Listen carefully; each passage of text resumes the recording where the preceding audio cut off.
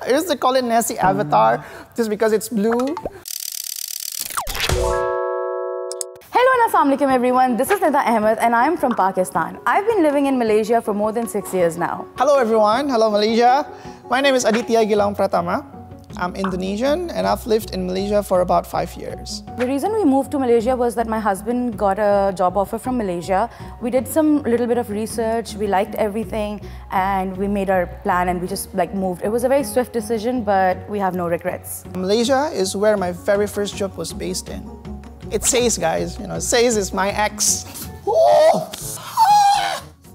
But we are definitely still in speaking terms. Wait. Before you continue, do not forget to subscribe to our YouTube channel and also head over to our Instagram, our new account, which is Says Video, and do give it a follow. Are you done yet? Done? Okay, let's continue. What I like about Penang is that you get a mixture of everything over there. So I really enjoy taking the train and going up. When you're up on the hill, you get a little bit of the cold breeze as well. Then when you're down, you can take the city tour and then also seaside tours. So you get the beach also, you get beautiful resorts, beautiful people. Then when you go to Georgetown side, you get to see a lot of beautiful buildings, a lot of architecture, and obviously the food. Penang is famous for its food. My favorite state would be Malacca because that's the place I've visited the most during my stay in Malaysia. I love the ambience, bicycling around town. Oh, the historical attractions. The food is also something that I would craft for. Jonker night walk, I miss that. I remember cheering for the uncles and aunties who came up on stage. The huge stage outdoor. I didn't understand a thing, because they were singing in Mandarin. But then, it was so fun. I am personally a huge fan of satay because it reminds me of the tikkas that we have back home. So that is like the Malaysian version of the tikkas. So I love satay. I can have it all day and everywhere. One dish, yeah. I think it would be nasi kerabu. I used to call it Nessie Avatar just because it's blue.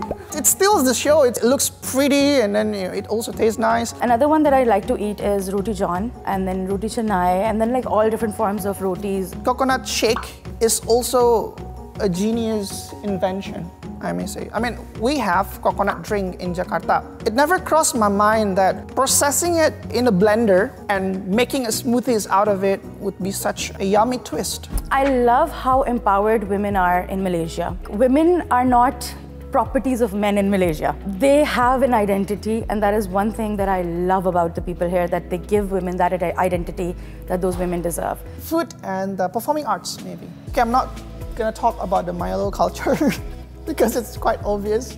The moment you enter the country, it's like Milo is everywhere. Everyone sells Milo, everyone drinks Milo. It's in every single dishes. Everything is Milo themed in Malaysia. It actually feels so good to be in a country where everybody has the right to celebrate their events, their festivals, their religious events, very openly and very freely. I appreciate performing arts a lot, and I even, before the pandemic. Before pandemic, I used to go to Pasar Seni. They used to have this live performance, Saturday night thing, an outdoor stage in front of Central Market. I used to be there, just watch local performers performing Malaysian traditional dances. So beautiful. I wish that we could turn back time and then have it again. Every religion is given the right of practice. Every religion is allowed to be free. So there's not a lot of religious extremism in Malaysia, which is slightly different in my country. Since we're from the subcontinent and our culture and everything is rooted back to the subcontinent. So you won't see a lot of differences or a lot of different cultures or a lot of different festivals, a lot of different clothes. And then there is a little bit of religious extremism in Pakistan, which I personally have not seen in Malaysia at all. From what I've observed, Malaysian names tell a lot about the owner's background, right? But in Indonesia, it's the other way around. Names are mostly just names. We still value the meaning, we still mind whatever behind the name, but it's not, at times it's not really helping in describing who we are, what we do, or maybe what we believe in. Take my biological father as an example. His name is Christmas. My father's name is Christmas. and he practices Islam his whole life. People have a lot of issues, like I don't know, like I just see some people tweeting on Twitter all the time that, you know, the government is slow and this and that, you know, like every country, every people have complaints from their government. But I'll tell you that go to India, go to Pakistan, go to many of these other countries and check out the government over there. You'll be happy that you have some amazing politicians here. Well, there are issues in every country, but I guess you guys still have the best if you compare. Traffic jam.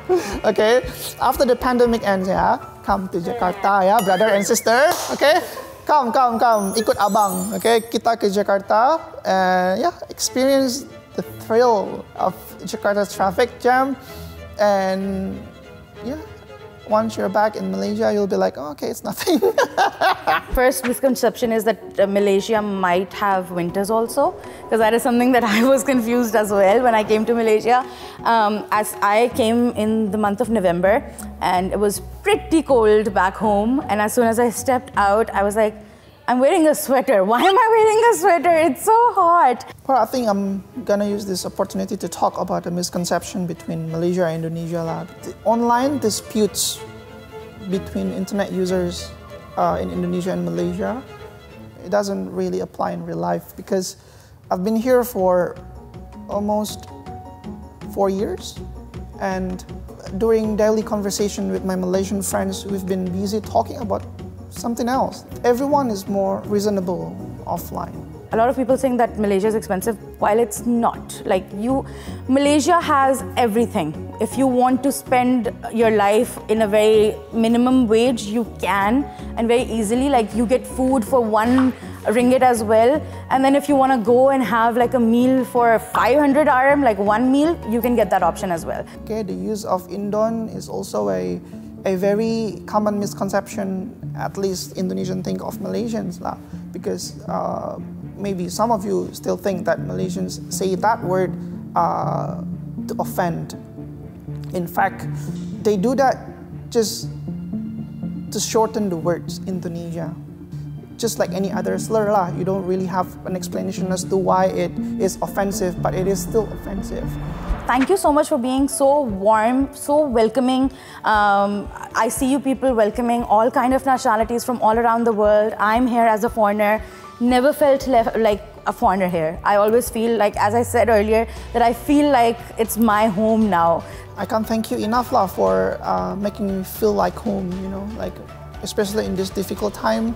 Thank you so much for making it like seem bearable to survive it all together, you know. And I just look forward to calling you home for the next years to come. Malaysia boleh. Okay guys, if you like this video, don't forget to like, comment and subscribe for more videos over here. Okay? You cakap sendirilah. Adit. Okay. So make sure to follow our new Instagram account, Says Videos. Over there. Where? Oh yeah, here. Okay. Done it? Okay, make sure you done it. Alright. Bye. Bye-bye.